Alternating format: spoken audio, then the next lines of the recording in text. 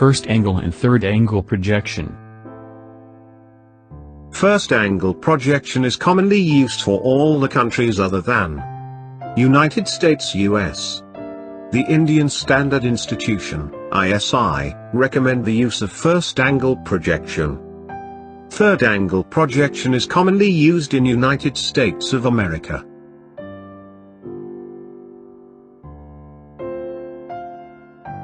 Difference between first angle projection and third angle projection. The object is imagined to be in the first quadrant. The object is imagined to be in the third quadrant. The object lies between the observer and the plane of projection. The plane of projection lies between the observer and the object.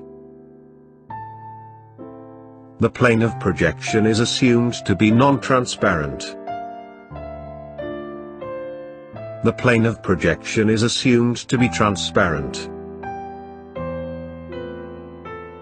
When views are drawn in their relative position, top view comes below front view. Right side view drawn to the left side of the elevation. When views are drawn in their relative position, top view comes above front view. Right side view drawn to the right side of the elevation. Here is some more pictures for review.